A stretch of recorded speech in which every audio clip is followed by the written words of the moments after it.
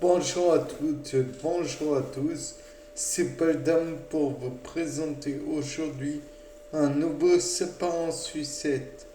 Dans le cas présent, je me suis demandé, ou plutôt, oui, je me suis demandé si la décomposition de la pulpe dans la cabosse du cacao pouvait augmenter la vitesse de réaction des enzymes pour l'obtention des arômes. Je sais de prime abord, c'est assez étrange, mais la pulpe entourant le cacao est composée de protéines et de glucides, glucose et autres, probablement du fructose. Enfin bref, dans tous les cas de figure, pour obtenir le cacao précédant l'obtention du chocolat, on doit faire fermenter ces graines avec de, de la pulpe en question. Et donc, on obtient par la suite les graines que l'on devra faire fondre et qui nous permettront l'obtention du chocolat. La décomposition en question va créer de la chaleur. D'où la question que je me pose aussi. euh, Est-ce que cette chaleur va permettre le développement de certains arômes et donc par voie de conséquence, est-ce que la réaction qui se passe pourrait être assimilée à la réaction de Maillard, puisque on le sait tous, grâce à l'enzymologie, que les enzymes sont finalement des catalyseurs de réactions biochimiques. Bon, néanmoins, il en existe beaucoup et parmi elles, je peux vous faire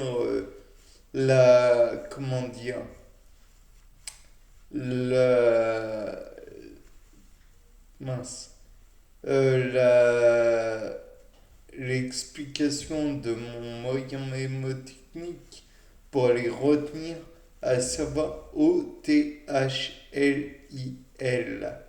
Donc OTHLIL, puisqu'il y a des oxydases, des transférases, des hydrolases, des ligases, des isomérases et des liases. Bon, de là on peut se dire, oui, c'est merveilleux, mais ça n'avance pas beaucoup le schmilblick. Donc, je suis tout à fait d'accord. Néanmoins, il faut rappeler que parmi la réaction qui est dite là dans la question que je me suis posée, il y a la réaction enzymatique. Il faut bien savoir de quelle réaction il est question. De plus, il y a une question sous-jacente qui se pose, à savoir que la cabosse du cacao est verte. Jusque-là, tout le monde a compris et tout le monde le sait. Ou plutôt de quelque couleur que ce soit en fait. Je ne sais plus, enfin bon bref. Toujours est-il qu'il y a une chlorophylle particulière. Or, s'il y a chlorophylle,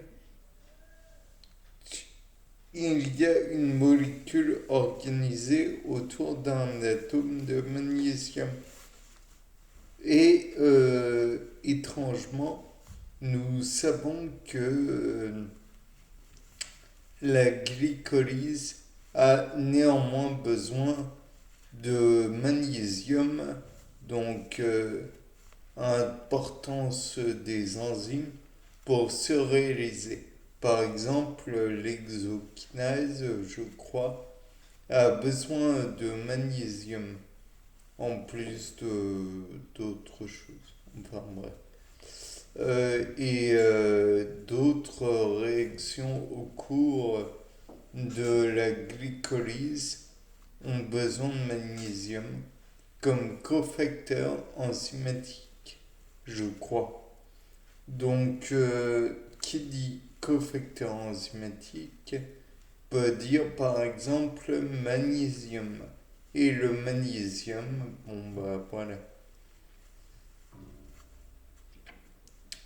Donc, je me dis que si éventuellement on supprimait le magnésium de la réaction qui s'effectue, on n'obtiendrait pas autant d'arômes que s'il est présent.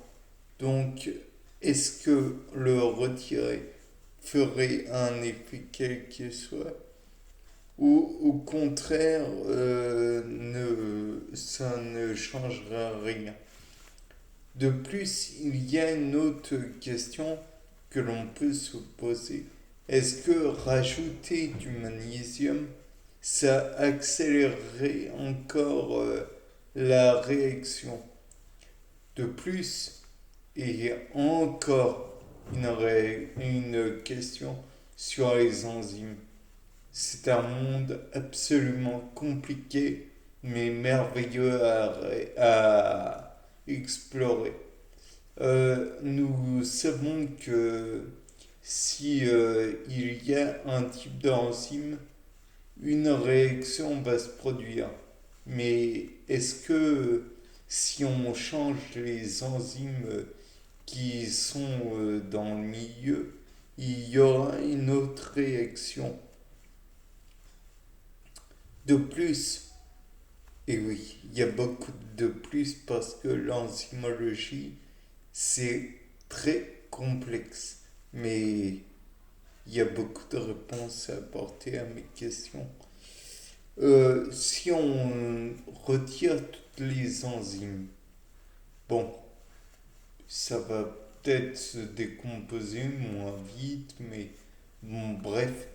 Mais si on y ajoute Saccharomyces cerevisiae, donc de la levure de pierre, est-ce que ça va produire un effet quelconque bien particulier? Est-ce que ça va rendre le cacao immangeable? Est-ce que ça va... Est-ce qu'il y aura assez d'enzymes par la suite pour décomposer la pulpe?